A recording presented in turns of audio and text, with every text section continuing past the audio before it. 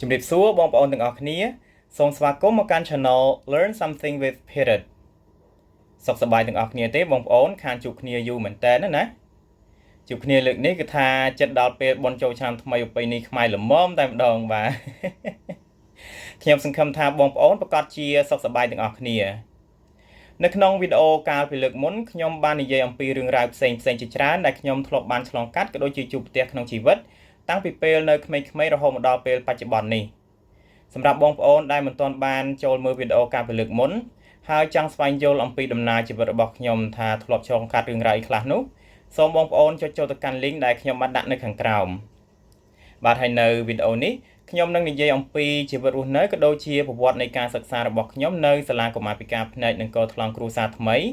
ដែលបច្ចុប្បន្នបានក្លាយទៅជាវិទ្យាល័យអប់រំពិសេសខេត្តកំពង់ចាមប៉ុន្តែខ្ញុំសូមនិយាយត្រឹមកម្រិតបឋមសិក្សាសិនដើម្បីកុំឲ្យវីដេអូនេះវែងពេកអញ្ចឹងណាបាទអញ្ចឹងនៅវីដេអូបន្តទៀតខ្ញុំនឹងនិយាយអំពីកម្រិតអនុវិទ្យាល័យកម្រិតវិទ្យាល័យរហូតដល់កម្រិតឧត្តមសិក្សាតែម្ដង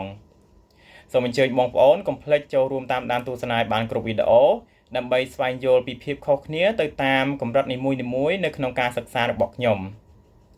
តោះអញ្ចឹងដើម្បីកុំឲ្យខាតពេលយូរសូមគោរពអញ្ជើញបងប្អូនចូលទៅតាមដានការបង្ហាញរបស់ខ្ញុំនៅក្នុងវីដេអូនេះដូចតទៅថ្ងៃដំបូងដែលខ្ញុំបានចាប់ផ្ដើមជីវិតជាសិស្សគឺនៅថ្ងៃទី17ខែមករាឆ្នាំ2011នៅខ្ទង់ប្រហែលជាម៉ោង2រសៀលបន្ទាប់ពីចុះឈ្មោះចូលរៀនហើយលោកគ្រូនាយកក៏បានហៅបុគ្គលិកអ្នកមើលថែក្មេងបាទដែលខ្ញុំហៅគាត់ថាអ៊ីបាទពួកអីមិត្តភ័ក្តិរបស់ខ្ញុំនៅក្នុងគឺតែងតែហៅគាត់ថាអ៊ីអញ្ចឹងណាបងប្អូនបាទអញ្ចឹងគឺខ្ញុំហៅតាមពួកគាត់បាទហ្នឹងហើយបន្ទាប់មកលោកគ្រូនាយកក៏បានណែនាំខ្ញុំឲ្យស្គាល់បាទអ៊ីអ្នកមើលថែក្មេងហ្នឹងបាទបន្ទាប់ពីណែនាំស្គាល់ហើយអញ្ចឹងទៅអ៊ីអ្នកមើលថែក្មេងហ្នឹងក៏បាននាំខ្ញុំបាទចេញពីការិយាល័យចុះឈ្មោះទៅកាន់ថ្នាក់រៀនរបស់ខ្ញុំថ្នាក់ទី1ហ្នឹងបងប្អូនបាទគ្រាន់តែទៅដល់ថ្នាក់រៀនភ្លាមហ្នឹងគឺអ្នកគ្រូប្រចាំថ្នាក់ក៏ដូចជាមិត្តភ័ក្តិនៅក្នុងហ្នឹងគឺចេញមកទទួលស្វាគមន៍ឪពុកម្ដាយខ្ញុំនិងខ្ញុំបាទប្រកបដោយភាពរួសរាយរាក់ទាក់តែម្ដងបងប្អូនបាទពេលនោះហើយខ្ញុំគឺសប្បាយរីករាយខ្លាំងមែនតើបងប្អូនបាទរំភើបរីករាយខ្លាំងមែនតើនៅក្នុងចិត្តហ្នឹងណាបាទព្រោះធ្លាប់តែមានបំណងចង់ចូលរៀនចង់មានគ្រូបរិញ្ញាមានមិត្តភ័ក្តិមិត្តរួមថ្នាក់ដូចគេដូចឯងយូរហើយប៉ុន្តែអត់ដែលមានឱកាសទៅថ្ងៃហ្នឹងគឺជាថ្ងៃចូលរៀនដំបូងអញ្ចឹងទៅបាទអ្នកគ្រូបាទនិងមិត្តភ័ក្តិរួមថ្នាក់ក៏បានចេញមកទទួលស្វាគមន៍ដោយភាពរួសរាយរាក់ទាក់ធ្វើឲ្យខ្ញុំមានអារម្មណ៍កក់ក្ដៅនៅក្នុងចិត្តតែម្ដងបងប្អូនហើយទទួលអារម្មណ៍ថាប្លែកបាទទទួលអារម្មណ៍ថាប្លែកដោយសារតែបានជួបប្រទះនៅ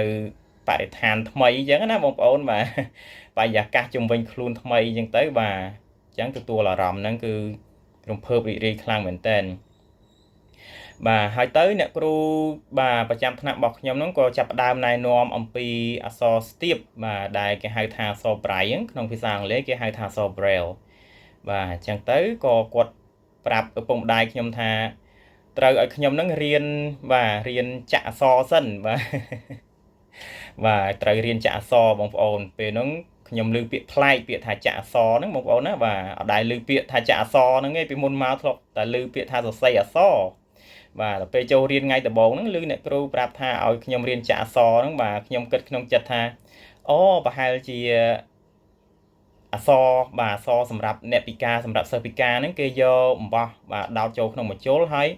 យកទៅចាក់នៅលើกระดาษហើយដេរចេញជារូបរាងអក្សរអីអញ្ចឹងហើយមើលទៅបានអ្នកគ្រូខ្ញុំបាទគាត់ប្រាប់ថាឲ្យខ្ញុំរៀនបាទចាក់អក្សរអញ្ចឹងបងប្អូនបាទបាទអត់ទាន់យល់អីទេបងប្អូនចូលដំបងហ្នឹងបាទហើយទៅគាត់ប្រាប់ទៀតថាឲ្យខ្ញុំនឹងរៀនចាក់សញ្ញាខណ្ឌបាទចាប់ផ្ដើមរៀនសរសេរបាទអក្សរស្ទាបហ្នឹងគឺចាប់ផ្ដើមដោយការរៀនចាក់សញ្ញាខណ្ឌបាទអញ្ចឹងទៅខ្ញុំក៏គិតក្នុងចិត្តទៀតថាអូប្រហែលជាសិស្សទូទៅនៅពេលដែលគាត់ចាប់ផ្ដើមចូលរៀនថ្នាក់ទី1រៀនសរសេរអក្សរអីអញ្ចឹងប្រហែលជាលោកគ្រូអ្នកគ្រូគាត់តម្រូវឲ្យសិស្សហ្នឹងរៀនបាទសរសេរពីសញ្ញាខណ្ឌទៅហើយមើលទៅបានជាអ្នកគ្រូខ្ញុំគាត់ឲ្យរៀនចាក់ពីសញ្ញាខណ្ឌណាបងប្អូនបាទរៀនចាក់ពីចាប់ផ្ដើមចាក់សញ្ញាខណ្ឌណាបាទហ្នឹងហើយបាទអត់ទាន់យល់អីទេតែចូលរៀនដំបងអញ្ចឹងបងប្អូនបាទបន្តមកទៀតបាទអ្នកគ្រូខ្ញុំហ្នឹងក៏ ចាប់ផ្ដើមយកឧបករណ៍សម្រាប់សរសេរអក្សរបាទមកបង្ហាញឪពុកម្ដាយខ្ញុំនិងខ្ញុំបាទហ្នឹងហើយ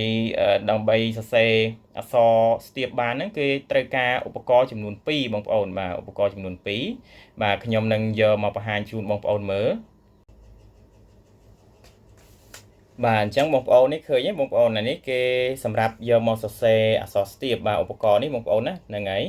អានេះគេហៅថា slate បាទរៀងមើលទៅដូចប្រទះក្តារអញ្ចឹងបងប្អូនហ្នឹងហើយ slate នេះគឺវាមានទំហំខុសៗគ្នាបាទមានខ្លះតូចខ្លះធំអញ្ចឹងទៅបាទរបស់ខ្ញុំនេះប៉ុណ្ណឹងវាមាន9ជួរបាទហ្នឹងបងប្អូនឃើញទេបាទ1 2 3 4 5រហូតដល់ក្រោមអញ្ចឹងទៅបាទទាំងអស់សរុបទាំងអស់មាន9ជួរហើយក្នុងមួយជួរហ្នឹងគឺមាន30បន្ទប់បងប្អូននេះកន្លងទូចនេះគេហៅថាបន្ទប់បាទមួយបន្ទប់ពីរបន្ទប់រហូតដល់30បន្ទប់អញ្ចឹងបងប្អូនបាទហ្នឹងហើយក្នុងមួយបន្ទប់ហ្នឹងគឺមាន6ចំណុចបាទ6ចំណុចបាទដែលគេរៀបចំចេញជាជួរឈើបាទនៅខាងស្ដាំជួរនៅខាងស្ដាំគឺចំណុចទី1 2 3បាទនៅខាងឆ្វេងចំណុចទី4 5និង6បាទហ្នឹងហើយចឹងរបស់ខ្ញុំហ្នឹងមានប៉ុណ្ណឹងហើយស្លេកខ្លះមានដល់ទៅ27ជួរបងប្អូន27ជួរហ្នឹងគឺវាស្មើនឹងกระดาษយើងធម្មតាហ្នឹងមួយសន្លឹកមួយពុំអញ្ចឹងกระดาษ A4 បងប្អូនបាទហើយស្លេកខ្លះមាន6ជួរស្លេកខ្លះមាន4ជួរបាទហើយក្នុងមួយជួរខ្លះមាន28បន្ទប់ខ្លះក៏មាន30បន្ទប់អីអញ្ចឹងទៅបាទហ្នឹងហើយនៅពេលដែលសរសេរបងប្អូននៅពេលដែលសរសេរបងប្អូនឃើញនេះនេះស្លេករបស់ខ្ញុំនេះគឺវាមាន2ផ្នែក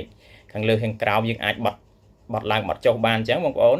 ហ្នឹងហើយអញ្ចឹងនៅពេលដែលសរសេរគឺត្រូវយកกระดาษបាទกระดาษនេះបងប្អូននេះត្រូវយកกระดาษអញ្ចឹងទៅយកមកបាទយកវាមកកឹបចូលទៅក្នុងចន្លោះរបស់ slate ហ្នឹងបងប្អូនបាទអញ្ចឹងមកបាទអញ្ចឹងបងប្អូននេះឃើញទេបាទកឹបជាប់អញ្ចឹងទៅបងប្អូនបាទបន្ទាប់មកគឺយើងត្រូវការឧបករណ៍មួយទៀតបាទនេះឧបករណ៍តូចមួយនេះបងប្អូននេះគេហៅថា stylus បាទអញ្ចឹង stylus គឺ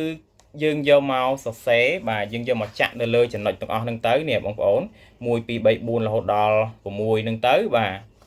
ហ្នឹងបានចេញជាចំណុចអក្សរ braille ហើយបងប្អូនយើងចាក់អញ្ចឹងទៅវាចេញចំណុចកទួលបាទពកដើម្បីយើងអាចស្ទាបបានអញ្ចឹងបងប្អូនបាទហ្នឹងហើយឥឡូវយើងសាក់ចាក់សិនបាទចាក់ទៅវាលឺសំឡេងបែបនេះបងប្អូនបាទអញ្ចឹងទៅពេលចាក់អញ្ចឹងទៅវាចេញកទួលទៀតបងប្អូនឃើញទេចំណុចលេចឡើងអញ្ចឹងបាទខំតែបងប្អូនឃើញបាទហ្នឹងហើយអញ្ចឹងចំណុចហ្នឹងគឺសិស្សពិការអាចយកម្រាមដៃហ្នឹងយកទៅស្ទាបអក្សរបានបងប្អូនណាបាទហ្នឹងហើយខ្ញុំនឹងធ្វើវីដេអូមួយផ្សេងទៀតនិយាយអំពីបាទរបៀបសរសេរអក្សរស្ទាបហ្នឹងឲ្យបានលម្អិតជូនបងប្អូនទាំងអស់គ្នាបាទអញ្ចឹងសូមបងប្អូនកុំភ្លេចចូលរួមតាមដានទស្សនាទាំងអស់គ្នាបន្ទាប់ពីអ្នកគ្រូខ្ញុំគាត់បានណែនាំអំពីអក្សរស្ទាបក៏ដូចជាឧបករណ៍សម្រាប់សរសេរអក្សរស្ទាបនឹងហើយអញ្ចឹងទៅបាទទើបបាទខ្ញុំយល់ពេលហ្នឹងបងប្អូនថាហេតុអីបានគេត្រូវចាក់អក្សរចាក់ដើម្បីឲ្យវាមានចំណុចបាទពកឡើងដើម្បីឲ្យសិស្សពិការហ្នឹងអាចយកដៃគាត់ទៅស្ទាបបានអញ្ចឹងបាទយកដៃគាត់ទៅស្ទាបនៅលើចំណុចអក្សរដែលពកហ្នឹងហើយអាចអានចេញជាពាក្យចេញជា clear អីផ្សេងអញ្ចឹងណាបងប្អូនបាទហើយហេតុអីបានចាប់ផ្ដើមរៀនចាក់ពីសញ្ញាខណ្ឌដោយសារតែនៅក្នុងអក្សរខ្មែរបាទអក្សរស្ទាបហ្នឹងត្រូវចាក់សញ្ញាខណ្ឌគេត្រូវចាក់ទាំង6ចំណុចតែម្ដងបាទត្រូវចាក់ឲ្យពេញទាំង6ចំណុចតែម្ដងអញ្ចឹងនៅក្នុងការសរសេរអក្សរស្ទាបដើម្បីសរសេរឲ្យត្រូវបាទតាមតួអក្សរនីមួយគេត្រូវឲ្យស្គាល់សិនបងប្អូនរៀនឲ្យស្គាល់ឲ្យច្បាស់អំពីចំណុចនីមួយសិនទើបអាចសរសេរអក្សរបាទមួយតួនឹងបានអញ្ចឹងណាបងប្អូនបាទអញ្ចឹងទៅបានខ្ញុំយល់ពេលហ្នឹងហើយបន្ទាប់មកនៅល្ងាចថ្ងៃដែលខ្ញុំចូលរៀនដំបូងហ្នឹងខ្ញុំក៏នៅបន្តរៀនរហូតដល់ម៉ោងចេញពីរៀនអញ្ចឹងបងប្អូនបាទដល់ម៉ោងចេញពីរៀនអញ្ចឹងណាបាទវាយជួងចេញពីរៀនភ្លាមអញ្ចឹងទៅមិត្តភ័ក្តិរួមថ្នាក់របស់ខ្ញុំក៏ដឹកដៃខ្ញុំមកកាន់កន្លែងញ៉ាំបាយបងប្អូនបាទមកកាន់ផ្ទះបាយបាទនៅនោះពេលដែលចេញពីរៀនភ្លាមអញ្ចឹងគឺញ៉ាំបាយពេលល្ងាចភ្លាមតែម្ដងបាទហ្នឹងហើយអញ្ចឹងបងប្អូនហើយបន្ទាប់មក ញ៉ាំបាយញ៉ាំអីហើយដល់ពេលយប់អញ្ចឹងទៅឪពុកម្ដាយខ្ញុំគាត់ក៏នៅសម្រាកកំដរខ្ញុំមកយប់នៅសាលាហ្នឹងបងប្អូនបាទហ្នឹងហើយបាទសម្រាប់កំដរខ្ញុំមកយប់អញ្ចឹងហើយស្អែកឡើងខ្ញុំក៏ចូលទៅក្នុងថ្នាក់រៀនវិញបាទចូលទៅក្នុងថ្នាក់រៀនវិញហើយខ្ញុំ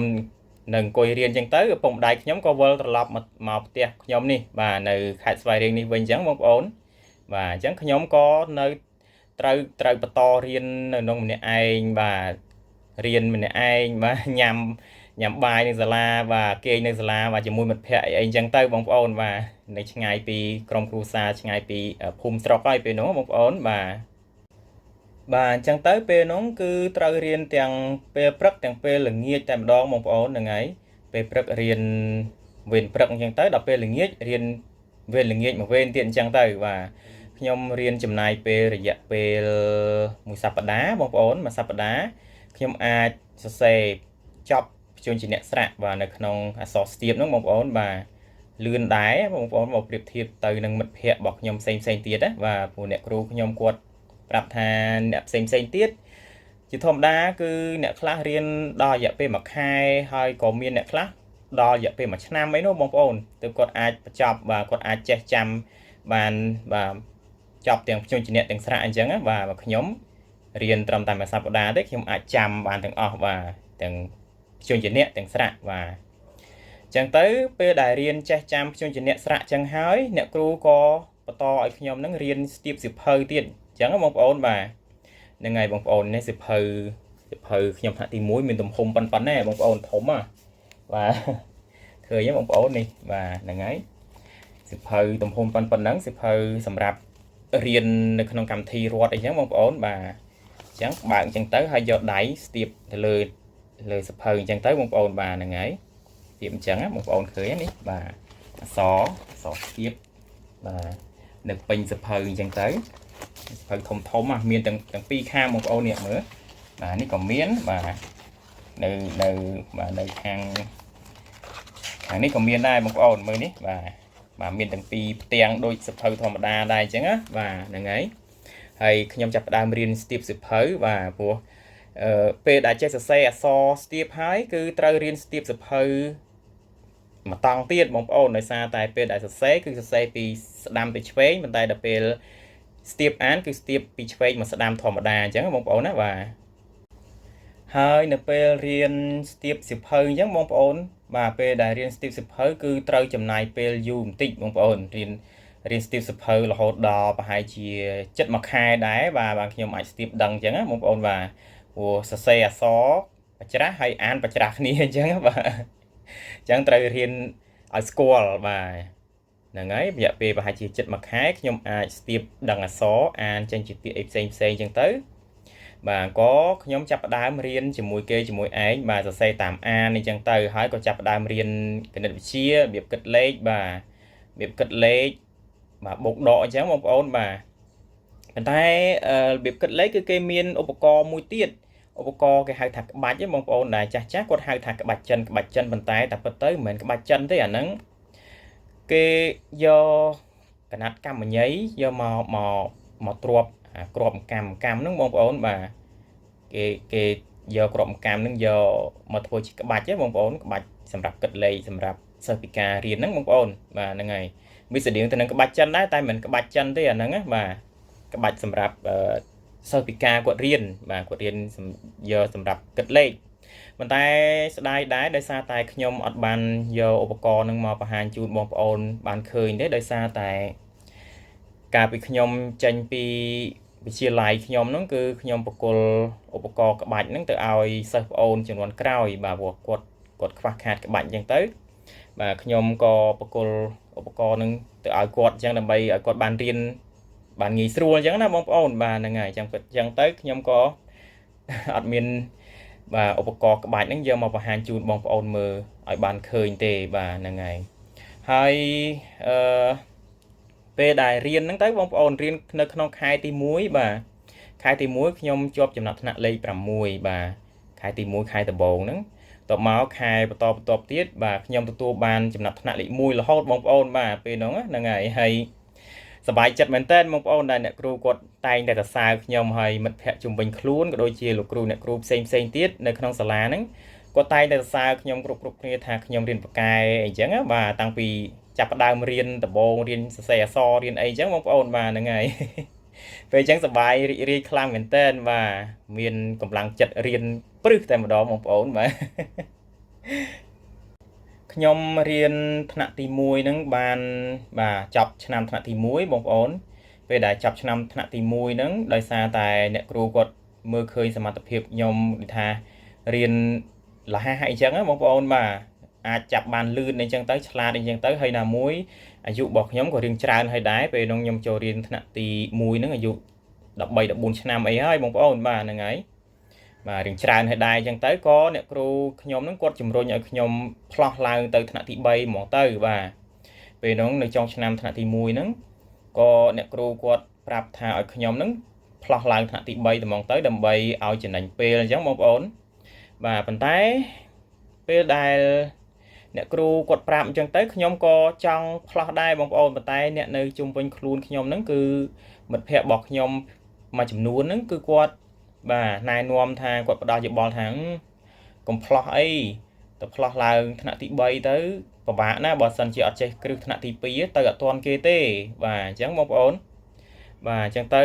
ពេលនោះខ្ញុំចង់ផ្លោះប៉ុន្តែខ្ញុំក៏មានអារម្មណ៍ថាវាមិនងាយស្រួលដែរប្រហែលក្នុងគិតក្នុងចិត្តអញ្ចឹងបងប្អូនអញ្ចឹងទៅក៏បានទៅបាទនិយាយពីបញ្ហាហ្នឹងជាមួយអ្នកគ្រូខ្ញុំបាទអ្នកគ្រូប្រចាំថ្នាក់ខ្ញុំហ្នឹងបន្ទាប់មកបាទ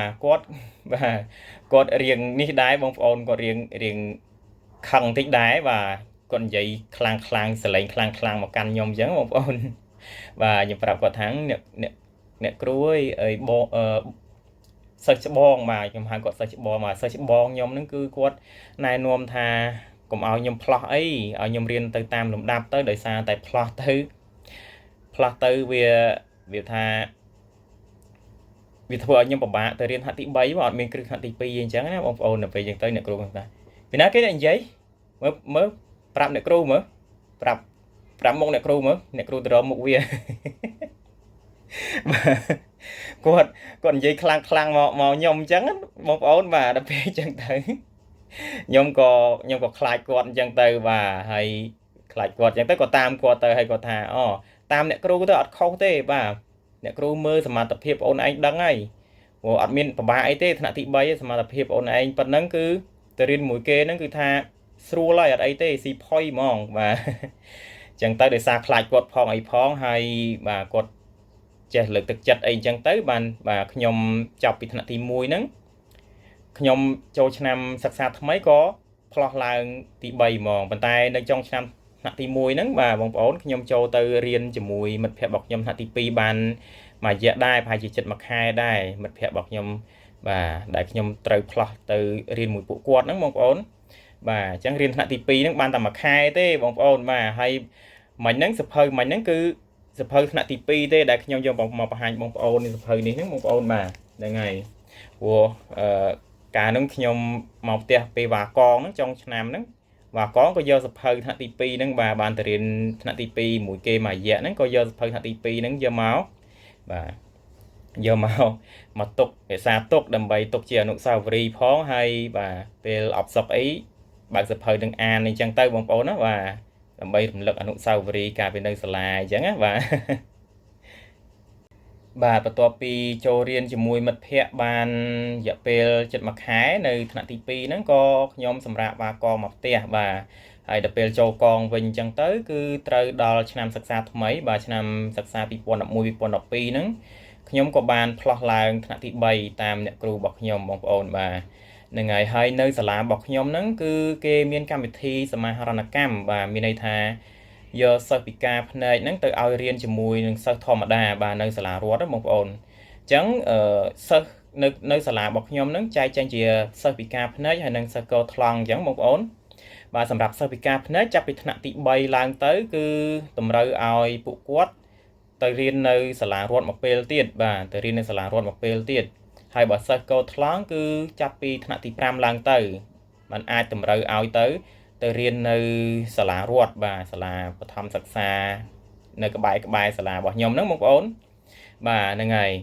អញ្ចឹងពេលនោះខ្ញុំបានឡើងថ្នាក់ទី3ខ្ញុំក៏បានចូលទៅរៀននៅសាលារដ្ឋជាមួយសិស្សដែលគាត់មិនមានពិការភាពអីចឹងគឺសិស្សធម្មតាអញ្ចឹងបងប្អូនបាទហ្នឹងហើយនៅថ្ងៃដំបូងហ្នឹងដែលខ្ញុំចូលទៅរៀនជាមួយសិស្សធម្មតានៅសាលារដ្ឋហ្នឹងគឺលោកគ្រូប្រចាំថ្នាក់ខ្ញុំគាត់ជូនទៅបាទលោកគ្រូនៅសាលាពិការនេះបងប្អូនបាទលោកគ្រូប្រចាំថ្នាក់គាត់នាំទៅរកថ្នាក់រកអីនៅសាលារដ្ឋហ្នឹងបងប្អូនបាទហ្នឹងហើយបន្ទាប់ពីរកឃើញហើយអញ្ចឹងទៅខ្ញុំក៏នៅរៀនរហូតដល់បាទរហូតដល់ពេលចេញមកផ្ទះបងប្អូនបាទចេញមកផ្ទះអញ្ចឹងទៅក៏ដើរពីសាលារដ្ឋមកសាលា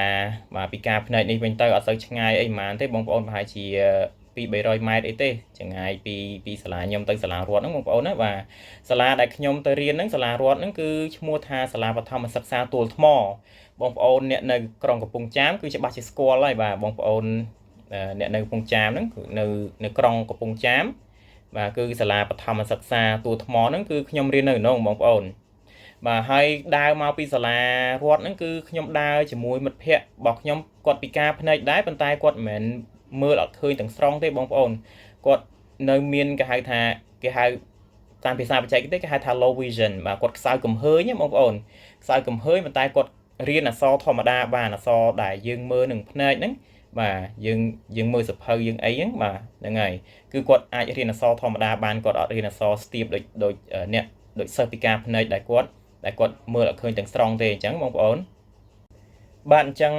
មិត្តភ័ក្តិរបស់ខ្ញុំដែលមើលឃើញតិចហ្នឹងគឺគាត់ត្រូវបាទជួយជូនខ្ញុំក៏ដូចជាសិស្សពិការផ្សេងទៀតហ្នឹងដែលគាត់មើលអត់ឃើញទាំងស្រុងហ្នឹងទៅសាលារដ្ឋបាទបងប្អូនបាទទៅមកអញ្ចឹងបាទនៅពេលដែលត្រូវទៅរៀននៅសាលារដ្ឋបាទគាត់ជូនទៅនៅពេលដែលចេញមកបរៀនវិញគឺគាត់ជូនមកបរៀនវិញអញ្ចឹងទៅបងប្អូនណាបាទហ្នឹងហើយអញ្ចឹងគឺគាត់តែងតែជួយរហូតអ្នកដែលមើលឃើញតិចហ្នឹងបងប្អូនបាទហ្នឹងហើយរៀននៅសាលារដ្ឋហ្នឹងគឺបាទកម្មវិធីរៀនហ្នឹងគឺអញ្ចេះបងប្អូនបើសិនជាខ្ញុំរៀននៅសាលារដ្ឋបាទពេលព្រឹកត្រូវរៀននៅសាលាពិការភ្នែកហ្នឹងនៅពេលរសៀលបាទបើសិនជារៀននៅពេលបាទរៀននៅសាលារដ្ឋនៅពេលរសៀលត្រូវរៀននៅសាលាខ្ញុំហ្នឹងនៅពេលព្រឹកសាលាពិការភ្នែកហ្នឹងបងប្អូនបាទព្រោះការខ្ញុំនោះគឺ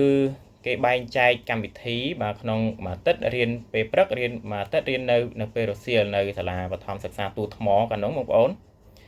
ហ្នឹងហើយការរៀននៅក្នុងសាលារដ្ឋហើយនិងសាលាពិការហ្នឹងក៏មានភាពខុសគ្នាដែរបងប្អូនដោយសារតែនៅសាលារដ្ឋពេលដែលខ្ញុំសរសេរតាមអានហើយឬមួយក៏ធ្វើលំហាត់ផ្សេងអីចប់សពគ្រប់អស់ហើយអញ្ចឹងទៅខ្ញុំត្រូវយកសិលឹកកិច្ចការហ្នឹងយកទៅតុកគ្រូដើម្បីអានកិច្ចការទាំងអស់ហ្នឹងឲ្យលោកគ្រូអ្នកគ្រូស្ដាប់នៅសាលារដ្ឋបាទពួកគាត់អត់ចេះអានអក្សរស្ទាបទេបងប្អូនបាទហ្នឹងហើយអញ្ចឹងប៉ុន្តែបើនៅសាលាពិការភ្នែកគឺខ្ញុំអត់ចាំបាច់ធ្វើអញ្ចឹងទេបងប្អូនបាទគ្រាន់តែសរសេរតាមអានឬមួយក៏ធ្វើលំហាត់ចប់អញ្ចឹងទៅយកกระดาษកិច្ចការយកទៅដាក់លើតុគ្រូអញ្ចឹងទៅបាទគឺលោកគ្រូអ្នកគ្រូគាត់អាចអានខ្លួនឯងបានហើយបាទលោកគ្រូអ្នកគ្រូនៅសាលាខ្ញុំគាត់ចេះអក្សរស្ទាបអញ្ចឹងបងប្អូនបាទអញ្ចឹងអត់ចាំបាច់ហត់បាទយកกระดาษកិច្ចការយកទៅអានឲ្យលោកគ្រូអ្នកគ្រូស្ដាប់នៅពេលដែលធ្វើលំហាត់ឬក៏សរសេរតាមអានហើយអីទេបាទអញ្ចឹងបងប្អូនហើយខ្ញុំសូមជម្រាបជូនបងប្អូនដែរថាលោកគ្រូអ្នកគ្រូដែលធ្វើការនៅសាលាពិការភ្នែកពួកគាត់គឺមិនមែនពិការទេបងប្អូនណាបាទពួកគាត់មានកាយសម្បទាធម្មតាទេប៉ុន្តែគ្រាន់តែថាពួកគាត់អាចអានអក្សរស្ទាបបានអញ្ចឹងបងប្អូនបាទអញ្ចឹងនៅពេលដែលខ្ញុំក៏ដូចជាសិស្សានុសិស្សផ្សេងទៀតបាទសិស្សពិការភ្នែកផ្សេងទៀតយកកិច្ចការងារទៅដាក់នៅលើតុគាត់អញ្ចឹងទៅបាទគាត់អាចអានដោយខ្លួនឯងបាទប៉ុន្តែគាត់ប្រើភ្នែករបស់គាត់យកទៅអានបងប្អូនបាទស្រឡឹងមើលបាទអត់ប្រើដៃដូចសិស្សពិការទេបងប្អូនណាបាទហ្នឹងហើយអញ្ចឹងទៅបាទនៅថ្នាក់ទី3ខ្ញុំក៏នៅតែរក្សាចំណាត់ថ្នាក់លេខ1ប្រចាំខែនៅសាលាខ្ញុំបងប្អូនសាលាពិការភ្នែកហ្នឹងបងប្អូនណាបាទទទួលបានចំណាត់ថ្នាក់លេខ1រហូតបាទជាប្រចាំរហូតពេញមួយឆ្នាំហើយនៅសាលារដ្ឋនោះក៏ទទួលបានលទ្ធផលល្អដែរប៉ុន្តែគ្រាន់តែថាអត់ដែរទទួលបានចំណាត់ថ្នាក់លេខ1ទេបងប្អូនហ្នឹងហើយពេលនោះសាលារបស់ខ្ញុំគឺមានកម្មវិធីប្រគល់រង្វាន់បាទ កោរង្វាន់ដល់សិស្សានុសិស្សពិការភ្នែកក៏ដូចជាកោថ្លង់ហ្នឹងនៅពេលដែលប្រឡងចប់ឆមាស2ហើយបាទទទួលបានលទ្ធផលប្រចាំឆ្នាំបាទជាប់ចំណាត់ថ្នាក់លេខ1លេខ2លេខ3ហ្នឹងគឺសាលារបស់ខ្ញុំមានកម្មវិធីប្រកួតរង្វាន់លើកទឹកចិត្តអញ្ចឹងបងប្អូនពេលអញ្ចឹងខ្ញុំតែងតែទទួលបានបាទរង្វាន់រាល់ឆ្នាំបាទហ្នឹងហើយដល់ពេលខ្ញុំរៀនថ្នាក់ទី4បងប្អូនរបៀបរៀនហ្នឹងក៏អត់មានខុសប្លែកអីពីថ្នាក់ទី3ដែរបងប្អូនណាបាទនៅរាល់ថ្ងៃហ្នឹងគឺត្រូវទៅរៀនសាលារដ្ឋផងសាលាពិការផងបាទនៅសាលារដ្ឋគឺត្រូវយកសិលកិច្ចការទៅអានឲ្យលោកគ្រូស្ដាប់អីចឹងទៅប៉ុន្តែនៅសាលាពិការភ្នែកនេះគឺអត់ចាំបាច់ទេបងប្អូនបាទហ្នឹងហើយប៉ុន្តែអីដែលពិសេសនៅថ្នាក់ទី4ហ្នឹងបងប្អូននៅពាក់កណ្ដាលឆ្នាំថ្នាក់ទី4ហ្នឹងខ្ញុំបាទរៀនជាមួយអ្នកធម្មតាហ្នឹងជាមួយសិស្សានុសិស្សធម្មតាហ្នឹងដែលអត់មានពិការភាពហ្នឹងបងប្អូនគឺខ្ញុំទទួលបានចំណាត់ថ្នាក់លេខ1បងប្អូនរហូតដល់ទៅ3ខែជាប់គ្នាបាទពេលហ្នឹងសប្បាយចិត្តខ្លាំងមែនតើបងប្អូនហ្នឹងហើយបានប្រឡងប្រជែងជាមួយបាទសិស្សធម្មតាហើយរៀនបានលេខ1បាទប្រចាំថ្នាក់រហូតដល់ទៅ3ខែបងប្អូនហ្នឹងហើយសប្បាយចិត្តខ្លាំងមែនតើបន្ទាប់មកពេលហ្នឹងហើយដែលខ្ញុំមានបាទមានកម្លាំងចិត្តបាទមានគេហៅថាបំណងចង់ចូលរួមប្រឡងបាទប្រឡងសិស្សបកែជាមួយសិស្សធម្មតាបងប្អូនបាទដោយសារតែខ្ញុំរៀនជាប់លេខ1ដល់ទៅ3ខែអញ្ចឹងខ្ញុំក៏គិតថាប្រហែលជាអាចទៅរួចប្រឡងប្រជែងមួយគេសាកល្បងបាទហ្នឹងហើយក៏ចុងឆ្នាំហ្នឹងក៏ដាក់ប្រឡងសិស្សបកែហើយជាលទ្ធផលបាទបងប្អូនជាលទ្ធផលខ្ញុំក៏ទទួលបានចំណាត់ថ្នាក់លេខ1មែនបងប្អូនបាទអូយសប្បាយចិត្តខ្លាំងមែនតើពេលហ្នឹងបងប្អូនហើយបាទទទួលបានទាំងរង្វាន់ទទួលបានទាំងកិត្តិយសបាទហ្នឹងហើយនៅចុងឆ្នាំហ្នឹងពេលដែលចែករង្វាន់សិស្សបកែហើយបាទខ្ញុំក៏បាទវិលត្រឡប់មកផ្ទះបាទដើម្បីរីករាយនៅក្នុងពេលវិស្សមកាលបាទកងធំបងប្អូនហ្នឹងហើយចូលឆ្នាំថ្មីមកឆ្នាំសិក្សាថ្មីខ្ញុំចូលថ្នាក់ទី4ថ្នាក់ទី5ទី6ហ្នឹងបងប្អូនក៏អត់មានខុសប្លែកអីពីថ្នាក់ទី3ទី4ដែររបៀបរៀនហ្នឹងគឺដដែលទេបងប្អូនណាបាទទៅសាលារដ្ឋគឺយកកណ្ដាកិច្ចការទៅអានឲ្យលោកគ្រូអ្នកគ្រូស្ដាប់អញ្ចឹងទៅហើយនៅសាលាពិការនេះគឺមិនចាំបាច់យកទៅអានឲ្យលោកគ្រូអ្នកគ្រូស្ដាប់ទេព្រោះគាត់អាចអានខ្លួនឯងបានហើយអញ្ចឹងណាបាទប៉ុន្តែនៅពេលដែលចូលរៀនថ្នាក់ទី5ទី6ហ្នឹងរៀងពិបាកបន្តិចបងប្អូនដោយសារតែមេរៀនជាពិសេសគណិតវិទ្យាក៏រៀងធ្ងន់ដែរបាទមេរៀនបាទរៀងស្មុគស្មាញដែរអញ្ចឹងបងប្អូនបាទប៉ុន្តែខ្ញុំក៏នៅតែទទួលបានលទ្ធផលល្អដែរមិនជាអន់អីទេបងប្អូនណាអត់ដែលបានលទ្ធផលខ្ទង់10ខ្ទង់អីទេបាទចំណាត់ថ្នាក់នៅសាលារដ្ឋណាប៉ុន្តែបើនៅសាលាក្នុងសាលាពិការភ្នែករបស់ខ្ញុំនេះគឺនៅតែទទួលបានចំណាត់ថ្នាក់លេខ1រហូតបងប្អូនជាប្រចាំបាទប្រចាំខែតែម្ដងអញ្ចឹងបងប្អូនអញ្ចឹងក៏ទទួលបានបាទរង្វាន់ចុងឆ្នាំរហូតអញ្ចឹងណាបាទបានសរសើរបាទសិស្សបកែអញ្ចឹងប្រចាំថ្នាក់អញ្ចឹងបងប្អូននៅសាលាពិការរបស់ខ្ញុំហ្នឹងបាទហ្នឹងហើយបាទហើយមួយទៀតបងប្អូននៅសាលារបស់ខ្ញុំក្រៅពីកម្មវិធីរៀនរដ្ឋធម្មតាហ្នឹងគឺ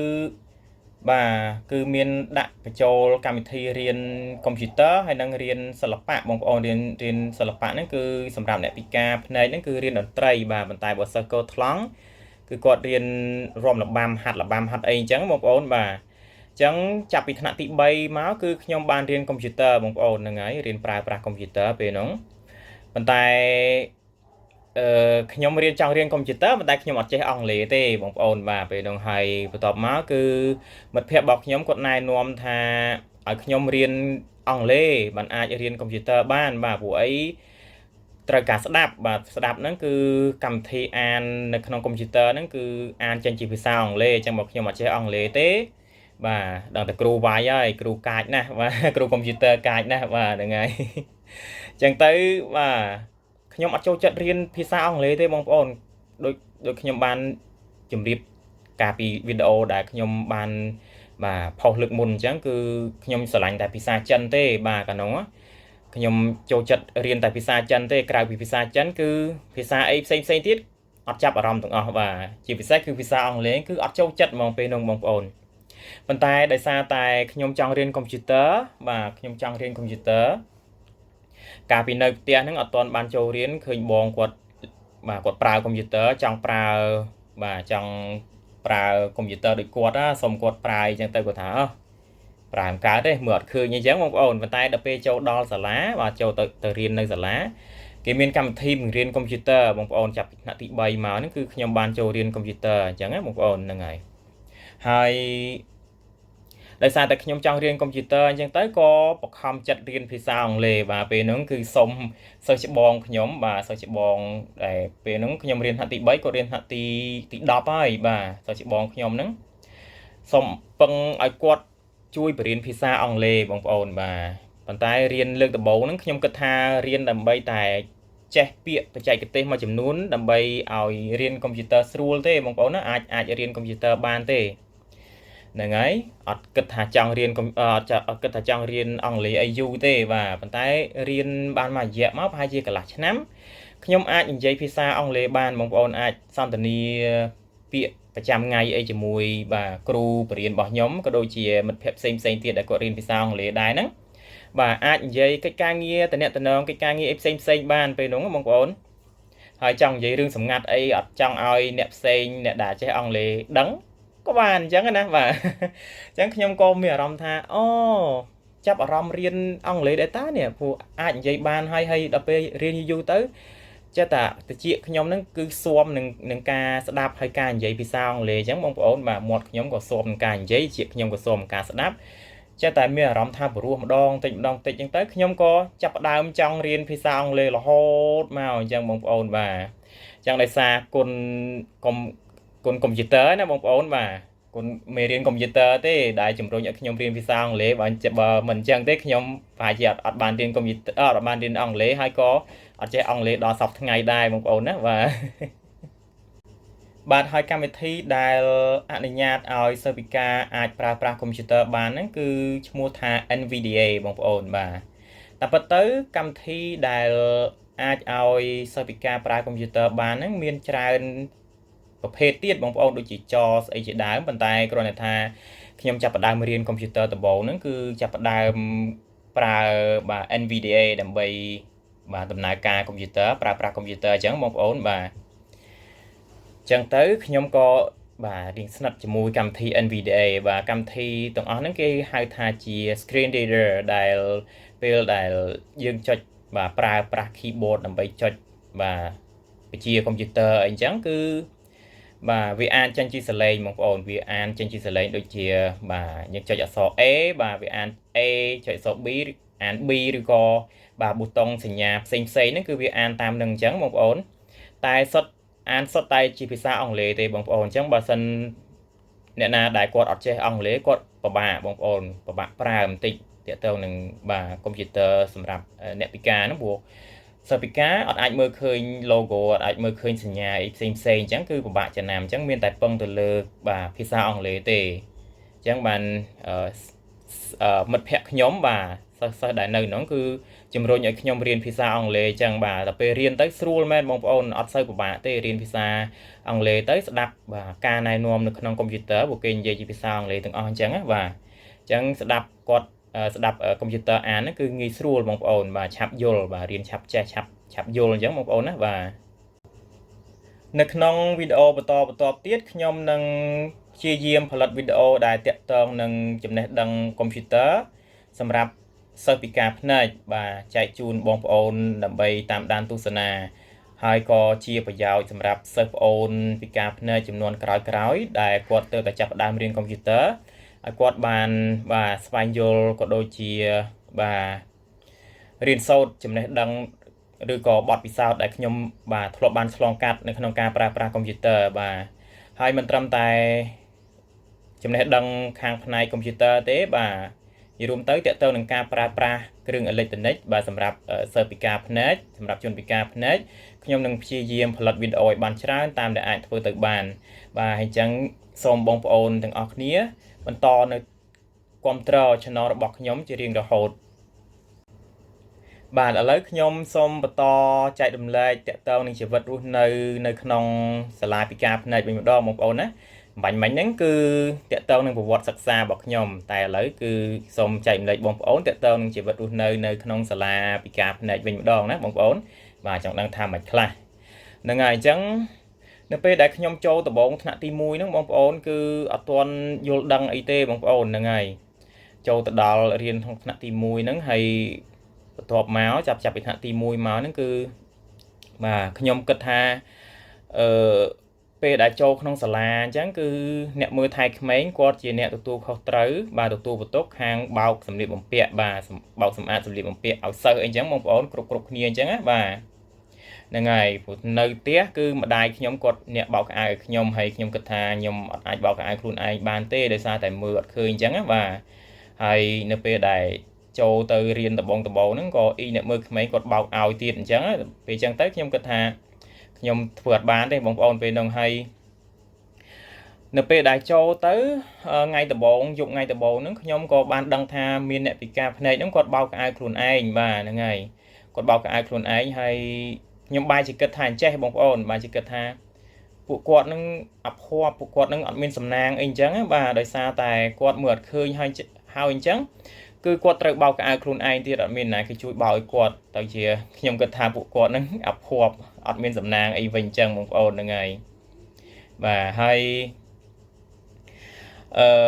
អ្នកមើលក្មេងអ្នកមើលថៃក្មេងហ្នឹងគឺបាទគាត់ជួយបោកខោអាវឲ្យខ្ញុំហ្នឹងរយៈពេល2-3ឆ្នាំដែររហូតដល់ខ្ញុំថ្នាក់ទី3ទី4ណាបងប្អូនបានខ្ញុំបោកខោអាវខ្លួនឯងបាទពេលនោះខ្ញុំចេះតែព្យាយាមសុំគាត់បោកខោអាវខ្លួនឯងដែរដោយសារតែមិត្តភ័ក្តិជុំវិញខ្លួនខ្ញុំបាទ